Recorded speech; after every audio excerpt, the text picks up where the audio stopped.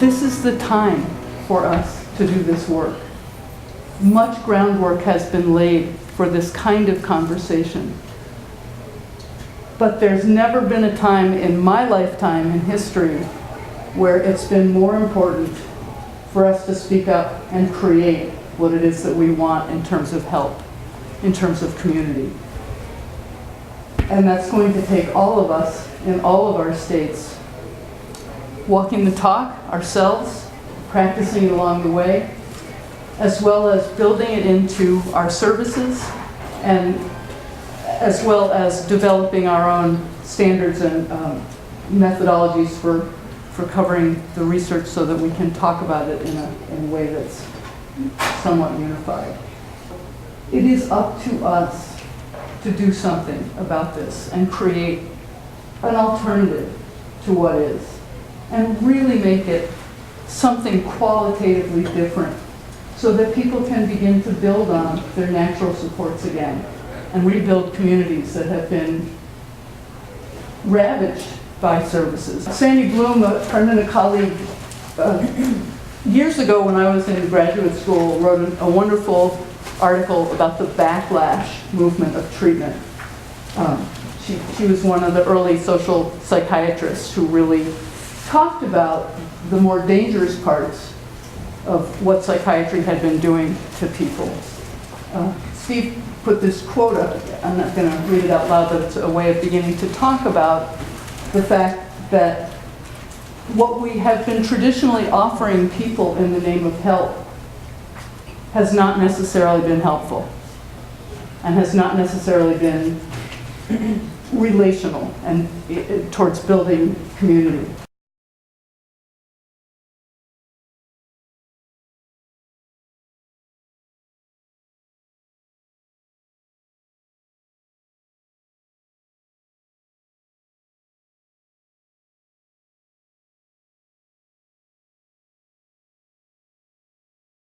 So what we're going to talk about today is how can we do something different?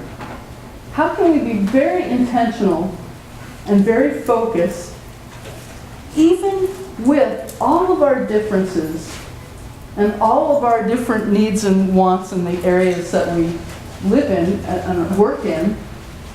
How can we come around some basic concepts and find a way to take peer support and make it ours, and make it a body of knowledge? Now, that's not to say we have an interest in, as Steve would say, codifying a model. That's not my interest. But it is to say, I think it's time for us to really talk about what is it that distinguishes peer support as a phenomenon, given that it's a pretty big national phenomenon right now.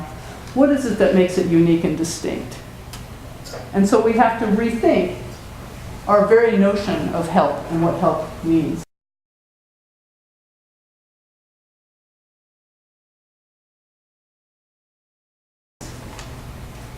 First, we don't come at this from a medical perspective. That's not our background, that's not our training, in fact, that's probably not our interest.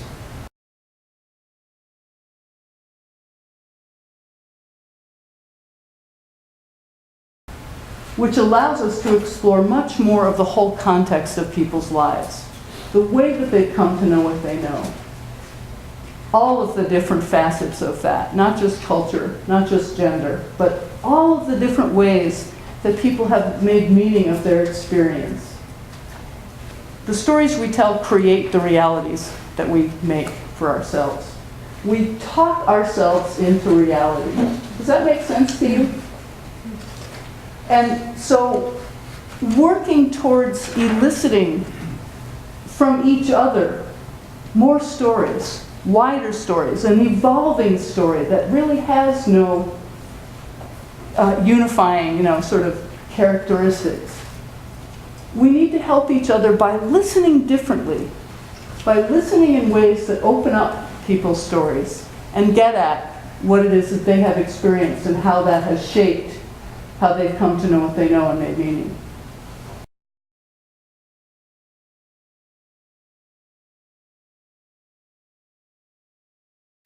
Now the second point to me is one of the core and one of the most difficult things to do in peer support. It sounds easy, but in fact I think it's really hard. For many years in peer support, I think we thought we were pretty good about really just listening to each other's stories and not making judgments, not making decisions for people. You know, I think the movement has pretty fairly been about self-determination and choice and so forth.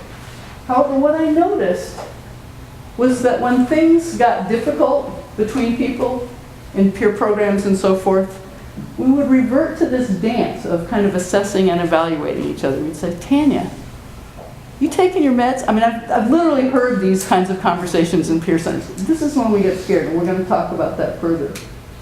It is not an easy thing to bear witness to someone's story, to ask the questions that open up the story. It is not easy just to be with another person without wanting to fix it.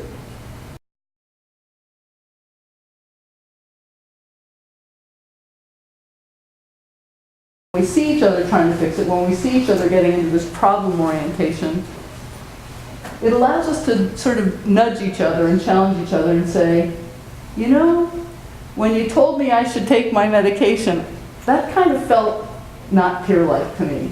That kind of felt pretty authoritative, and it felt like you were assessing it. We can say these things to each other as we build a body of knowledge and a new way of thinking and doing health.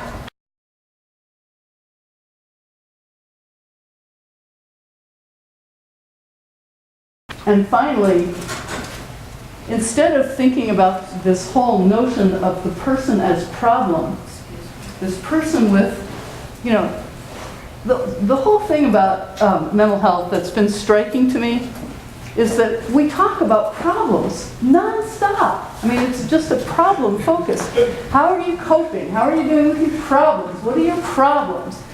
Does anybody get sick of problem conversations? Well, the bottom line is the problem has less to do with us and the more to do with people's context and experience. The problem has to do with the ways that we support each other, but also the events that have shaped who we are and how we relate in the world. And frankly, if we attacked problems from a contextual perspective instead of a personal perspective, we wouldn't need all these services. We wouldn't need all this reimbursement. We wouldn't need all of these insurance companies determining who gets what when.